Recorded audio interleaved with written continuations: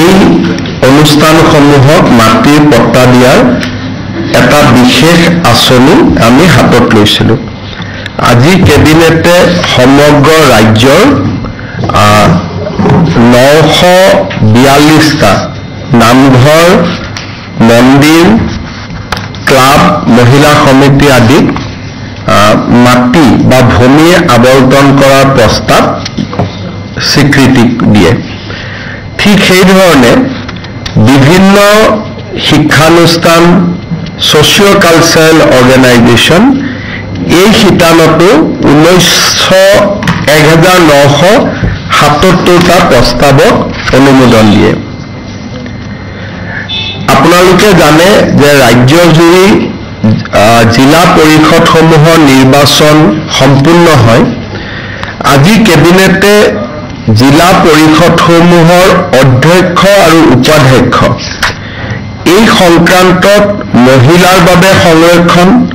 অনুসূচিত জাতিৰ বাবে সংৰক্ষণ আৰু অনুসূচিত জনজাতিৰ বাবে সংৰক্ষণ এই তিনিওটা লটাৰীৰ জৰিয়তে কৰিবলৈ সিদ্ধান্ত লয়। বিভিন্ন ৰাজনৈতিক দলৰ উপস্থিতিত লটাৰী হ'ব আৰু লটাৰীয়ে নিৰূপণ কৰিব কোন সমষ্টি মহিলা হ'ব, কোনজন জিলা পৰিষদৰ সভাপতি অনুসূচিত জাতিৰ হ'ব, কোনজন জিলা পৰিষদৰ সভাপতি অনুসূচিত জনজাতিৰ হ'ব। আজি কেবিনেটে আৰু দুটা গুৰুত্বপূৰ্ণ সিদ্ধান্ত গ্ৰহণ কৰে। এটা হ'ল মৰাণ অট'নমাছ কাউন্সিল আৰু মটক অট'নমাছ কাউন্সিল। এই দুইটা কাউন্সিলত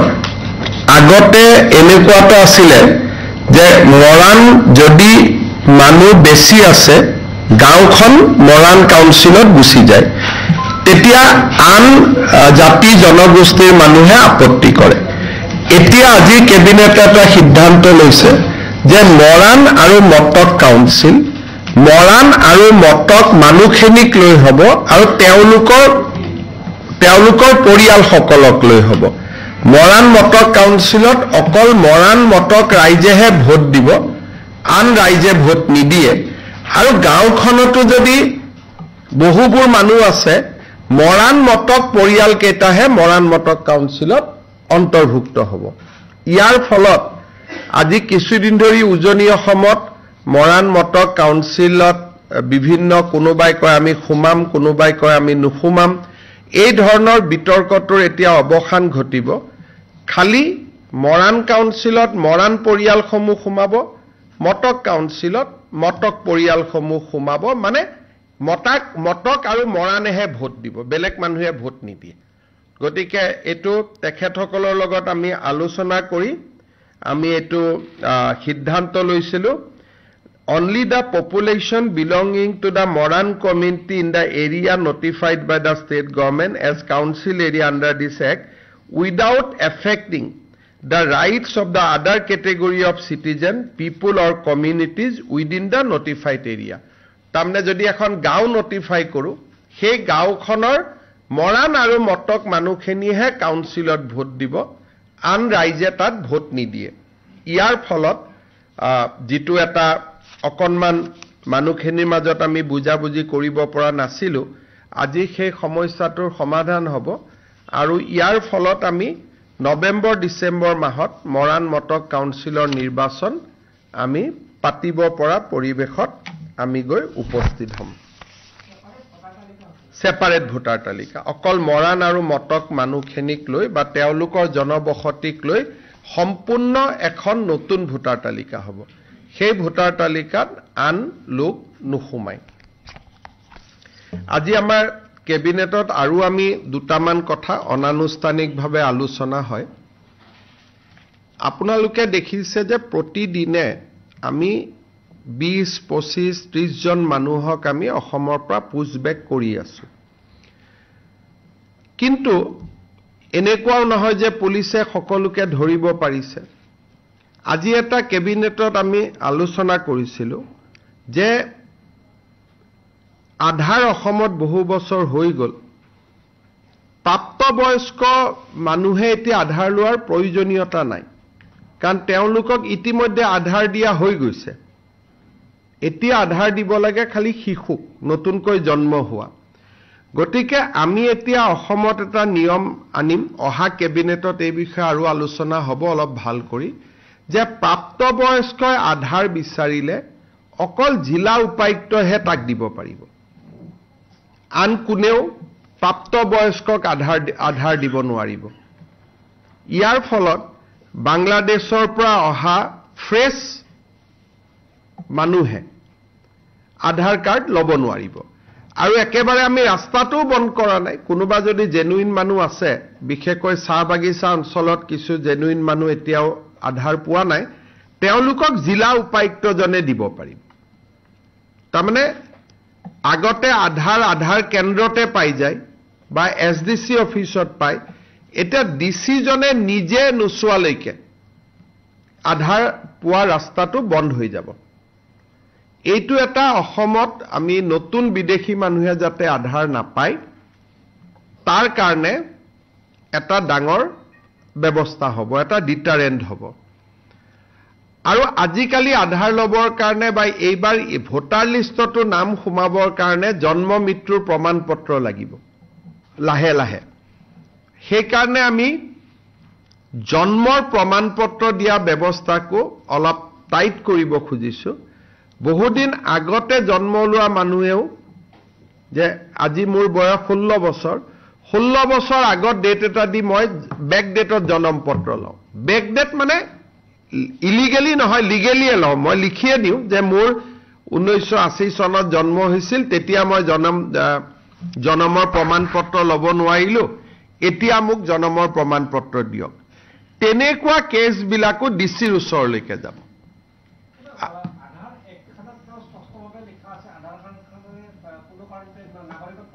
এটা নাগৰিকত্ব প্ৰমাণ নহয় কিন্তু আধাৰখন দেখুৱালেতো ৰেলৰ টিকটো পায় ভোটাৰ লিষ্টতো নাম পায়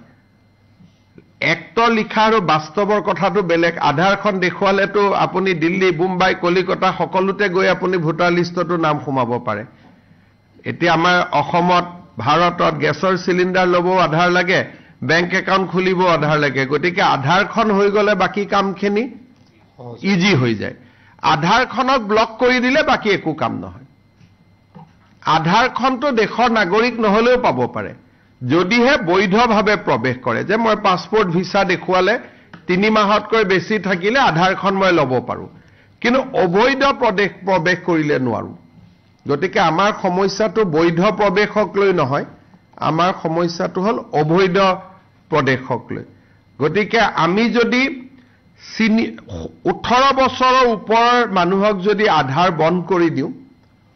তেতিয়াহলে আৰু অসমত কোনেও সোমাই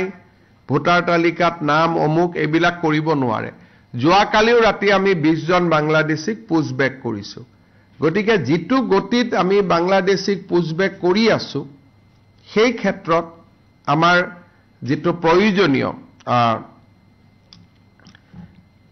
আইনী নিয়ন্ত্ৰণ লাগে সেই আইনী নিয়ন্ত্ৰণটো আমি এই ধৰণে আনিব খুজিছো আধাৰ কাৰ্ড দিয়াটো খুব আমি টান কৰিব খুজিছো অহা কেবিনেটত তাৰ আমি আনুষ্ঠানিক সিদ্ধান্ত লম দ্বিতীয়তে আপোনালোকে গুৱাহাটী উচ্চ ন্যায়ালয়ৰ এপিএসসি জাজমেন্টটো লৈ বিভিন্ন বাতৰি কাকতত লিখা হৈছিল যে তেওঁলোকক চাকৰি ঘূৰাই দিব কোৱা হৈছে যোৱাকালি আমি জাজমেন্টটো পৰীক্ষা কৰিলো চাকৰি ঘূৰাই দিয়াৰ কোনো অধিকাৰ তাত কোনো নিৰ্দেশ গুৱাহাটী উচ্চ ন্যায়ালয়ে দিয়া নাই উচ্চ ন্যায়ালয়ে খালি আমাক এটাই কৈছে যে তেওঁলোকৰ যিখন ডিসচাৰ্জ অৰ্ডাৰ সেইখন নন ষ্টিগমেটিক কৰি পুনৰ এবাৰ ইস্যু কৰিব লাগে তাৰমানে যি আগতে ডিসচাৰ্জ অৰ্ডাৰটোত এপিএসসিৰ কথা লিখা হৈছিল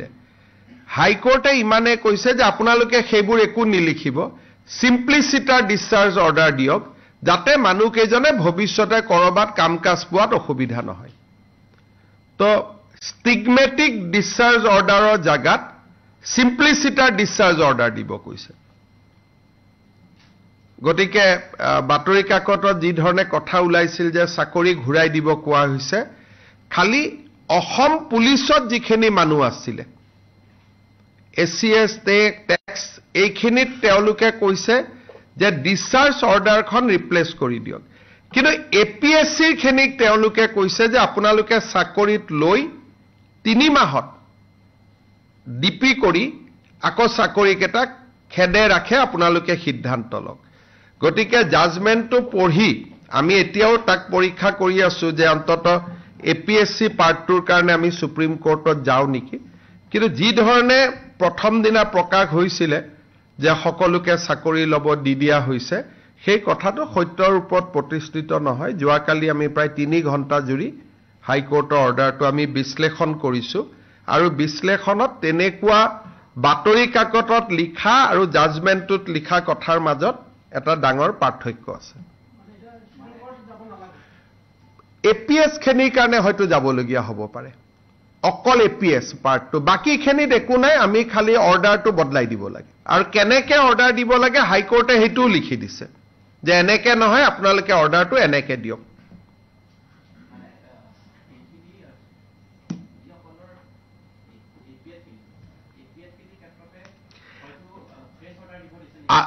আসাম পুলিচ সাৰ্ভিসৰ যিখিনি ইয়া টেকনিক্যাল কথাটো এনেকুৱা আসাম পুলিচৰ মানুহখিনিক আমি যেটো প্ৰবেশনত আছিল বুলি ধৰি লৈছিলো হাইকোৰ্টে হেতু প্ৰবেশন বুলি মনা নাই সেই কাৰণে আসাম পুলিচৰ ক্ষেত্ৰত নিৰ্দেশ ইমানে যে তেওঁলোকক আপোনালোকে চাকৰিত লওক কিন্তু দৰমহা নিদিব আৰু 3 মাহৰ ভিতৰত ডিপাৰ্টমেন্টাল প্ৰসিডিং কৰি আপোনালোকে যি সিদ্ধান্ত লৈ লওক তাৰমানে তাতো একেবাৰে চাকৰি দিব দিয়া নাই এটা গ্ৰেডেড ৰেসপন্স কিন্তু ACS ট্যাক্স DTO এইবিলাকৰ ক্ষেত্ৰত কৈছে যে নিলম বৰখাস্তকৰণৰ আদেশখন খালি বদলাই দিও হে পুৰণাখন উদ্যোগ কৰিলক নতুন এখন দিও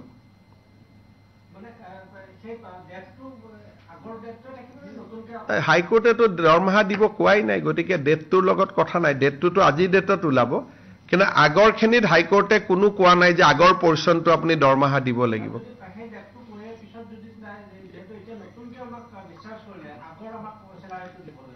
হাইকোৰ্টে অৰ্ডাৰটোতে লিখি দিছে কাকো স্যালাৰি দিয়া নহয় বুলি জাজজনে হাইকোৰ্টৰ ডিভিজন বেঞ্চে লগতে লিখি দিছে যে পুৰণা দৰমহা কাকো দিয়া নহব গোটে ৰাস্তাখিনি তেৱে সব ফালৰ পৰা বন্ধ কৰি জাজমেন্টটো দিছে যে পুৰণা দৰমহাও দিয়া নহব আৰু এই যে আজি কেনসেল কৰা আৰু কালি দিয়াৰ মাজত যিখিনি গ্যাপ সেইখিনিও তেওঁলোকক কোনো চাকৰিত আনিব নালাগে বুলিয়ে কৈছে কিন্তু তথাপিতো APS আসাম পুলিচ সাৰ্ভিসৰ কাৰণে হয়তো আমি সুপ্ৰিম কোৰ্ট যাব লগিয়া হ'ব পাৰে আমি এইখিনিক বিচাৰ বিবেচনা কৰি আছো মানে APS খিনিৰ যিটো পিৰিয়ড শেষ হৈছিল নেকি APSC খিনিৰ হাইকোৰ্টৰ মতে পিৰিয়ডটো শেষ হৈছিল প্ৰবেশন অসম চৰকাৰৰ মতে হোৱা নাছিল গতিকে সেই পইণ্টত হাইকোৰ্ট আৰু অসম চৰকাৰ মিলা নাই পুলিচৰ ক্ষেত্ৰত বাকি মেজিষ্ট্ৰেট ট্যাক্স ট্ৰান্সপোৰ্ট এই দুইটা ক্ষেত্ৰত অসম চৰকাৰ আৰু হাইকোৰ্টৰ মাজত বহুত পাৰ্থক্য নাই খালি এটাই কৈছে আপুনি মই ইংৰাজীত বস্তুটো কৈছো যে স্টিগমেটিক অৰ্ডাৰৰ জাগাত সিম্পলিসিটাৰ দিও তাৰ মানে একো নিলিখিব APSC TPSCৰ কথা মাত্ৰ লিখিব যে এওঁলোকৰ কামত আমি সন্তুষ্ট নহয় কাৰণে চাকৰিৰ পৰা বিদায় দিলো যদি APSCৰ কথাটো লিখো তেতিয়ালে মানুহকেজনক কোনেও ভৱিষ্যতে চাকৰি নিদিব হাইকোৰ্টে ইমানে কৈছে যে অসম পুলিচত নহয় কোনবাই ৰিলায়েন্সত লব খুজিলে অমুকত লব খুজিলে এনেকুৱা এখন অৰ্ডাৰ দিয়ক যাতে তেওঁলোকৰ ভৱিষ্যত কিবা কাম কৰিব খুজিলে ক্ষতি নহয় ইমানে গতিকে আপোনালোকে যি ধৰণে অৰ্ডাৰটো প্লেস কৰিছিলে মানুহৰ মাজত সেইটো আৰু লিখা অৰ্ডাৰটোৰ মাজত বহুখিনি পাৰ্থক্য আছে APSৰ কাৰণে এটা যোৱাটো হ'বনে নহ'ব আলোচনা কৰো এটো কিহৰ কাৰণে মইতো কালি হাৰা টাইপতে বহিছিলো নহয় বহুতে পিছত কাগজখন পঢ়োতে দেখিলো যে পেপাৰত লিখা আৰু ইয়াৰ বহুত পাৰ্থক্য মইতো সগ হৈ গলো কালি দেখি মইতো আপোনালোকৰ মতে সুইম কৰি গৈছিলো গতিকে কালি যেতিয়া অৰ্ডাৰটো পঢ়ি দেখিলো যে পেপাৰ আৰু দিঠকটোৰ মাজত বহুত পাৰ্থক্য আছে গতিকে মোৰ কাৰণেও সক টাইপ হৈ গল সেইকাৰণে মই কলো যে আৰু অলপ ভাল কৰি পঢ়ক আৰু এপিল কৰিবৰ কাৰণে আমাৰ হাতত 30 দিন সময় আছে আৰু চাকৰিত যদি পুলিচ খেনিক লবও লাগে 50 দিন সময় আছে সেইকাৰণে আমি 7 দিন 10 দিন আৰু বিবেচনা কৰি লম মুখ্যমন্ত্ৰী মোৰ এটা কনফিউজন হৈছে ACS খিনিৰ ক্ষেত্ৰত এইটো ডিপি কৰিব দিছে নে নাই APS খিনিৰ ক্ষেত্ৰত দিছে তেওঁ নাম কাৰো দিয়া নাই তেখেতে খালি বুজাই দিছে প্ৰবেশন পিৰিয়ড শেষ হোৱা তেওঁ কৈছে যাৰ প্ৰবেশন পিৰিয়ড শেষ হৈছিলে তেওঁৰ ক্ষেত্ৰত ডিপি কৰক যাৰ প্ৰবেশন পিৰিয়ড শেষ হোৱা নাছিলে তেওঁলোকক মাত্ৰ ডিসচাৰ্জ অৰ্ডাৰখন বদলাই দিয়ক এতিয়া আমি যেতিয়া চাৰ্ট এখন বনাই চালো যে প্ৰবেশন পিৰিয়ড কাৰ শেষ হৈছে আৰু কাৰ হোৱা নাই পুলিচৰ ক্ষেত্ৰতে অকল শেষ হৈছিল গতিকে যদি আমি সুপ্ৰিম কোৰ্ট যাবও লাগে পুলিচৰ ক্ষেত্ৰত আৰু যদি গভৰ্ণমেণ্টে ভাবে আমি সুপ্ৰিম কোৰ্ট নাযাওঁ ডিপি এটা কৰি 3 মাহত শেষ কৰি দিম হেতুও কৰিব পাৰে গতিকে তেখেতে দুইটা ৰাস্তা খুলি দিছে যে আপোনালোকে 3 মাহত ডিপি কৰক আৰু 3 মাহৰ দৰমহাও তেওঁলোকক নিদিব আৰু চাকৰি জয়েন কৰাই দায়িত্বও নিদিব মাত্ৰ 3 মাহ এটা ৰুমত তেওঁলোকক ৰাখি দিয়ক আৰু 3 মাহৰ ভিতৰত ডিপিটো শেষ কৰি দিয়ক গতিকে আমি সুপ্ৰিম কোৰ্টত নগৈও 3 মাহত শেষ কৰিব পাৰো কিন্তু নৈতিকতাৰ আধাৰত যদি আমি কওঁ যে নহয় অৰ্ডাৰটো আমি ভাল পোৱা নাই আমি তথাপিতো সুপ্ৰিম কোৰ্ট যাম আমি যাব পাৰো কিন্তু মই শুনামতে অফিচাৰ কে যিখিনি ডিসচাৰ্জ অফিচাৰ আমি যাওঁ বা নাযাওঁ তেওঁলোকহে এতিয়া সুপ্ৰিম কোৰ্ট যাব যেহেতু তেওঁলোকৰ কোনো লাভ গোটেই জাজমেণ্টৰ পৰা নহল জেডপিসিৰ কথাতে এটো এই প্ৰক্ৰিয়াটো কেতিয়াৰ ভিতৰত সম্পন্ন হ'ব এতিয়া আজি আমি ৰুলখন এমেন্ড কৰিলো আগত আছিলে যে য'ত পপুলেশন ওয়াইজ এতিয়া আমি কইলো লটাৰী ওয়াইজ গতিকে আজি কেবিনেট হল কালি নটিফিকেশন হ'ব নটিফিকেশন হোৱাৰ পিছত পঞ্চায়ত মিনিষ্টাৰে 6-7 দিন 3 দিনত যেতিয়াই কৰে ৰাজনৈতিক দলসমূহক মাতিব লাগিব চিঠি এখন দিলে 72 ঘণ্টা সময় দিব লাগিব এটো প্ৰক্ৰিয়া আৰু আজি কেবিনেট হৈ গল ৰাতি মই মেমৰেন্ডামখনত সহি কৰি দিম কালি পৰখি ৰুলখন উলিয়াব তাৰ পিছত কমিছনে ডিপাৰ্টমেণ্টে নোটিছ দিব লটাৰীৰ কাৰণে ৰুম এটা ঠিক কৰিব পলিটিক্যাল পাৰ্টিখিনিক মাতিব দুদিনত মাতিলে তেওঁলোকে ক'ব যে কম সময়ত আমি নাহো অন্তত আমাক 3 দিন সময় দিয়ক 7 দিন দিয়ক এই যেটো প্ৰক্ৰিয়াটোৰ কাৰণে যিখিনি জৰুৰী এই যেটা এই মুহূৰ্তত যেটো পঞ্চায়তসমূহ গঠন হৈ আছে বিভিন্ন অভিযোগ আহিছে হসা মিছাটো আমি নাজানো নিউজ আহিছে যে বাল্য বিবাহৰ লগত জড়িত থকা ব্যক্তি লিখিছে তেওঁলোকে জেলত যাব মানে অভিযোগটো যদি কোনোবা এফআইআৰ হিচাপত দিয়ে যে এখেতৰ বাল্য বিবাহত জড়িত সমস্যাটো হল যে থানাত দিব লাগিব পঞ্চায়ত সচিবৰ ইয়াতো কাম নাই এটো ক্ৰিমিনেল কেছ হয় কোনোবাই কৈছে যে মেট্ৰিক সাৰ্টিফিকেটখন ভুৱা কোনোবাই কৈছে পিউ সাৰ্টিফিকেটখন ভুৱা গতিকে এনেকুৱা গুটেই কেছখিনি পুলিচ থানাত দিব লাগিব আৰু পুলিচ থানাত দিয়াৰ লগে লগে পুলিচে তাৰ ওপৰত একশন ল'ব শেষত আমাৰ যেটো কথা ক'ব খুজিছিলো যেটো বোকাখাটত গ্ৰেনেড বিস্ফোৰণৰ ঘটনা আছিল এই ঘটনাৰ লগত জড়িত গুটেই কেইজন ব্যক্তিক আৰক্ষীয়ে গ্ৰেপ্তাৰ কৰিছে আৰু যেটো পৰিকল্পনা আছিল বোকাখাট গুৱাহাটী গোলাঘাট গুৱাহাটী তেজপুৰ আৰু লখিমপুৰত এখেতসকলে গ্ৰেনেড ব্লাষ্ট কৰিব খুজিছিল আমি এটা গ্ৰেনেডটো ব্যৱহাৰ হল বাকি গুটেই কেইটা গ্ৰেনেড আমি উদ্ধাৰ কৰিছো লগত এটা পিস্তল এটাও আমি উদ্ধাৰ কৰিছো আৰু ইয়াৰ লগত জড়িত ব্যক্তি কেইজনকো আমি গ্ৰেপ্তাৰ কৰিছো আৰু তেওঁলোকৰ ঘৰৰ পৰাই গ্ৰেনেড আৰু পিস্তলো আমি উদ্ধাৰ কৰিছো এতিয়া ফাৰ্ডাৰ ইনকুৱাৰী চলি আছে যে ব্যক্তিসকলক কোনে এই কাম কৰিবৰ বাবে উৎসাহিত কৰিছিল সেই পাৰ্টটো এতিয়াও তদন্তত ওলাই অহা নাই তেওঁলোকে বেলেগ বেলেগ কথা বেলেগ বেলেগ সময়ত কৈ আছে সেই পাৰ্টটোৰ কাৰণে সময় লাগিব কিন্তু ঘটনাটোৰ লগত জড়িত আটাইকেইজনক গ্ৰেপ্তাৰ কৰা হৈছে ডিজিপিয়ে প্ৰেছত ক'ব আৰু 3টা নতুন গ্ৰেনেড আৰু এটা পিস্তলো উদ্ধাৰ কৰা হৈছে it is not yet confirmed because apparently these people are not involved with any militant group but one was a former alpha militant but he was in jail for a long time and these people are little criminal in nature they are involved in cattle trade etc and one person was arrested for drugs also earlier so gotike একেবাৰে কোনোবা militant organisation বুলি ক'ব নোৱাৰি going by there এণ্টিচিডেণ্টছ নাই এতিয়ালৈকে because operation is still on, one person we have not able to arrest. He is in somewhere he is not in Assam, but we know where he is. So ultimately one person who was the key person, he is to be picked up. Guwahati, DGP cover details, Guwahati, Lakhimpur, Tezpur. Golaghat হৈ গল so গোলাঘাটটো আছিল গোলাঘাটটো সফল হল বাকি তিনিটা জায়গাত সফল নহল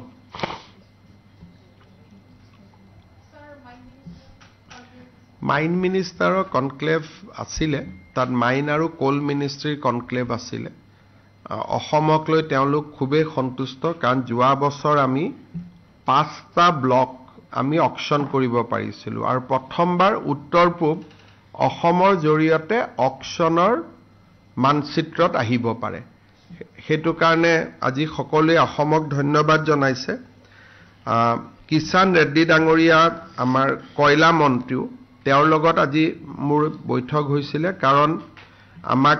3400 megawatt কয়লা উৎপাদনৰ কাৰণে আমাক কয়লা লাগিব আৰু কোল ইণ্ডিয়াক আজি আমি ৰিকুৱেষ্ট কৰিছো যে আমাক কয়লাৰ খনি আবলটন কৰক আৰু উৰিষ্যা আৰু ছত্তীশগড়ৰ পৰা আমি কয়লা খনিৰ পৰা কয়লা বিচাৰিছো হেকাৰণে মই আজি তাতে গৈছিলো তেওঁলোকে কৈছে 10 পৰা 15 দিনৰ ভিতৰত এলোকেশন আমি পাই যাম তেতিয়া আমাৰ থাৰ্মেল পাৱাৰ প্লান্ট এটা আমি বনাব যেটো প্ৰচেষ্টা কৰি আছো আমি টেন্ডাৰলৈকে যাব পাৰিম যেটো গ্ৰেনেড বিস্ফোৰণৰ কথাটো আজি কৈছে প্ৰাক্তন আলফা জড়িত আছিল এজন এটা কথা হৈছে যে হেকিতে গড় শিকাৰী বুলি আৰক্ষীয়ে ষ্টেটমেন্ট দিছিল তেনেকুৱা কোৱা নাই আৰক্ষীয়ে এটাই ষ্টেটমেন্ট দিছিল যে আলফাও হ'ব পাৰে গড় শিকাৰীৰ লগত হোৱা ব্যক্তিও হ'ব পাৰে এতিয়া আমি নতুন এটা আৰু এটা এংগল আনিছো যে কোনোবা ক্ৰিমিনেল মাইণ্ডৰ বাকি গ্যাংও হ'ব পাৰে গতিকে কোন পিছত আছে এতিয়া আমি হিমানখনিলৈকে ইনকুৱাৰী চেছ কৰিব পৰা নাই কিন্তু মেজৰ কথাটো হল যে বাকি গ্ৰেনেড কেটাৰ পিস্তলটো আমি ৰিকভাৰি কৰি ললো গতিকে যেটো কুটাঘাটাৰ সম্ভাৱনা আছিল সেইটো এতিয়া কমি গল হ্যান্ডমেড নহয় অৰিজিনাল পিস্তল আৰু গ্ৰেনেড কেটা অৰিজিনাল গ্ৰেনেড মানে ঘৰত বনাই লোৱা গ্ৰেনেড নহয় মুখ্যমন্ত্ৰী ডাঙৰীয়া আপুনি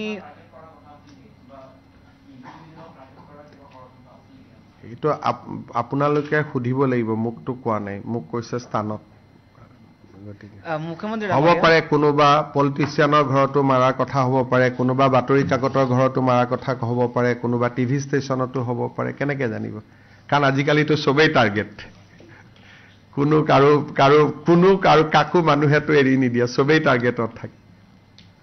মুখ্যমন্ত্ৰী ডাঙৰীয়া আপুনি আজি কিছুদিন আগত কৈছিলে যে আমি অসমত যেটো হিমান্ত এৰিয়াজ বিলাক হয় তাতে আমি এখন পাৰ্মানেন্ট আৰ্মি বেস কেম্প বহাবলে কিবা হিমান্ত এৰিয়াৰ কথা কোৱা নাই আপুনি মই কৈছো অকল ধুবুৰীত ওকে মই ধুবুৰীত বহিব আচ্ছা হেখিনি মানে কি এতিয়া হৈ যাব সব বস্তু মই কোৱাৰ লগে লগে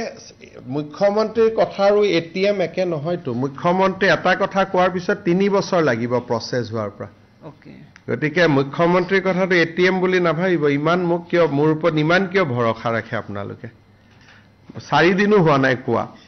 যে ধুবুৰীত এটা আমি আৰ্মিৰ কেম্প এটা কৰিম এটো কোৱা 4 দিনো হোৱা নাই গতিকে নহলে মই এটিএম বনি যাব লাগিব এইটো এই চোৰাংচোৱাৰ আগতীয়া ইনফৰমেশন আছিল নাই মই ক'ব নোৱাৰো কিন্তু থাকিলেওতো ব্লাষ্ট হলেই যদি কিবা আছিল যদিও আৰু হেতুটো ব্যৱহাৰত হোৱা নাই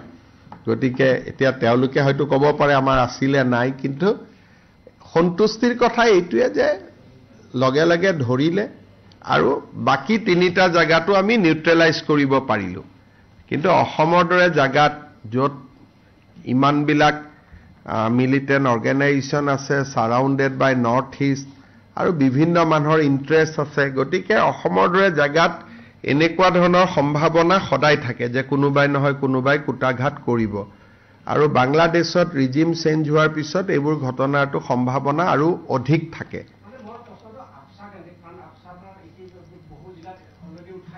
চাওক এটা বা দুটা ঘটনাৰ লগত আপছাৰ কোনো সম্পৰ্ক নাই আপছা উঠোৱা আৰু নুঠোৱাৰ ঘটনাটো লাগিব যেন একেবাৰে প্ৰলং ইনচাৰ্জেন্সি গতিকে এনেকুৱা এটা দুটা ঘটনাৰ লগত আপছাৰ প্ৰত্যক্ষ কোনো সম্পৰ্ক নাথাকে আৰু এতিয়া আমি আপছা যেহেতু উঠাই দিছো এটা ঘূৰাই অনাৰ কথাও নাই হ'ব কোনটো হৈ গ'ল আৰু অসমীয়াতে ক'লো আৰু মই হিন্দীত কৈনো কিয় অসমৰ বেয়া কথাবিলাক প্ৰচাৰ কৰি দিওঁ গতিকে যিমান অসমীয়াৰ পৰা যিমান ইংলিছ কৰিব পাৰে কৰিলক মই সেইকাৰণে কথাখিনি জানি বুজিয়ে কৈছো যাতে বাহিৰত কথাটো বেছিকৈ প্ৰচাৰ নহয় নহ'লে ইণ্ডাষ্ট্ৰি বহাব মানুহবোৰ নাহা হ'ব নহয় সেইকাৰণে কিছুমান কথা মই জানি বুজিয়ে অসমীয়াত কওঁ टुडे हम लोग आज असम सरकार में कैबिनेट बैठक में ये चर्चा हुए थे कि आधार कार्ड हम एडल्ट सिटीजन को अभी आगे देने का जो नियम है इसको थोड़ा हम लोग टाइट बनाना चाहता हूं बांग्लादेश से जो लोग आते हैं भारत और असम में नॉर्मली ये लोग एडल्ट होते हैं और अगर हमारा जितना आधार का कवरेज है ऑलरेडी हम लोग 100% अचीव कर चुका हो तो इसीलिए अगर कोई नया एडल्ट व्यक्ति आधार मांगे तो हम इसको पूरा थॉरो इंक्वायरी करना चाहता हूं और डीसी को ही अधिकार होगा उनको आधार देने का ऐसा एक नियम परिवर्तन का बारे में आज हम लोग चर्चा किया हूं और मेरा लगता है कि ऐसा अगर नियम बन जाते हैं तो बांग्लादेश से आते हुए फॉरेनर्स को आधार कार्ड लेना मुश्किल हो जाएगा और बिना आधार कार्ड घूमेगा तो पकड़ने भी हमारे लिए काफी इजी हो जाएगा ठीक है थैंक यू